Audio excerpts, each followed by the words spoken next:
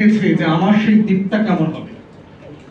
24-এর গণ অভ্যুত্থান যেটা করেছে সেটা হচ্ছে আমরা যখন দায় ও দরদের রাজনীতির কথা বলছি, আমরা যখন বাংলাদেশ 2-এর কথা বলছি, আমরা কিন্তু সেই ময়না দ্বীপের কথা বলছি। আসলে ওই যে আমার একটা ময়না দ্বীপ, যখন আমার মন খারাপ থাকে আমি কই চলে যাই?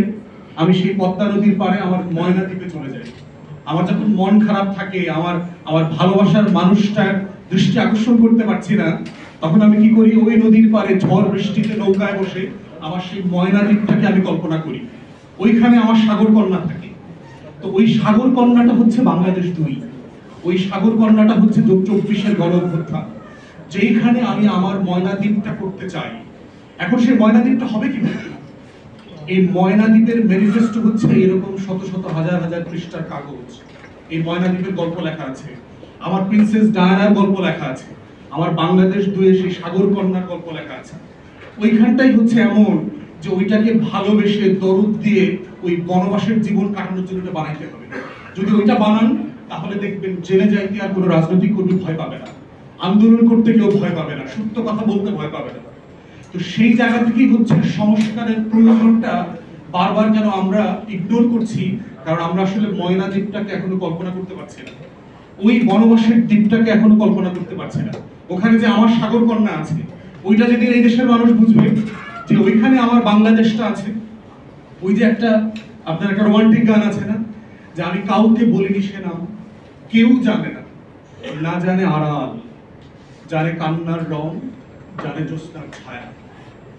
কান্নার যে রং হয় না এবং জ্যোৎস্নার যে ছায়া দেখা যায় না, সেটা কিন্তু ওই গভীরভাবে ভালোবেসে না বলতে পারার যে কষ্ট, ওইটা হচ্ছে বাংলাদেশ 2 যদি এই গণ অভ্যুত্থান থেকে আমরা করতে না পারি, আমাদের এই 24-এর গণ অভ্যুত্থানের সকল মানুষকে কিন্তু ওই আড়ালে থেকে থেকে কাঁদতে হবে একদিন।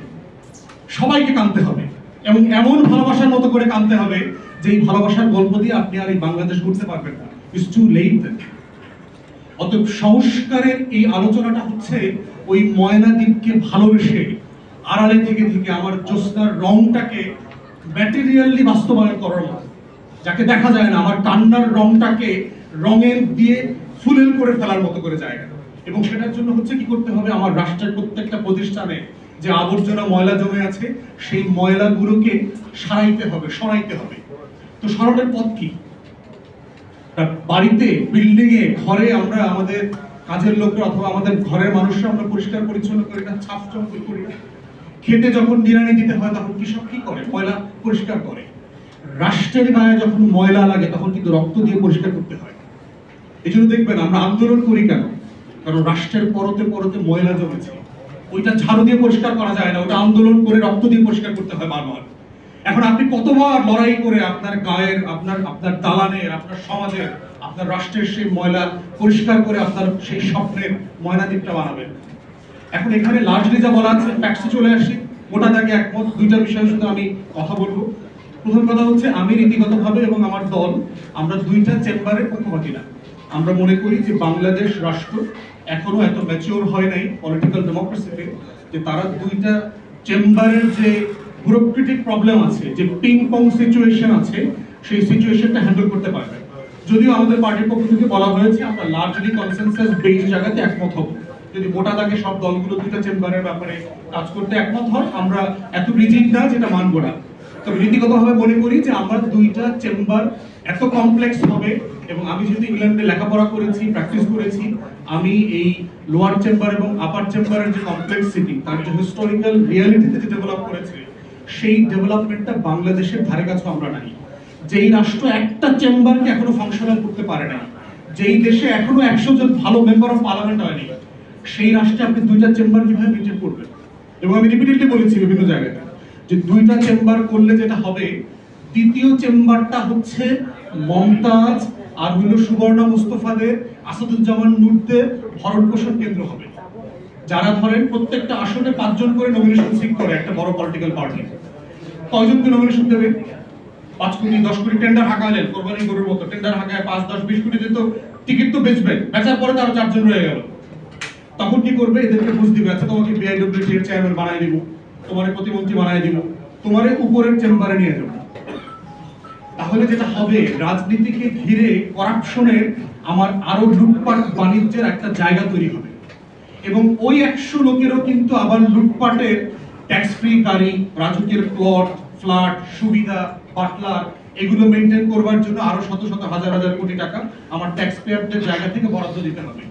তাহলে দ্বিতীয় চেম্বার করবার জন্য আমার যে পলিটিক্যাল ম্যাচুরিটি দরকার, এইটা আমি প্রথম চেম্বারই আসলে করতে পারি।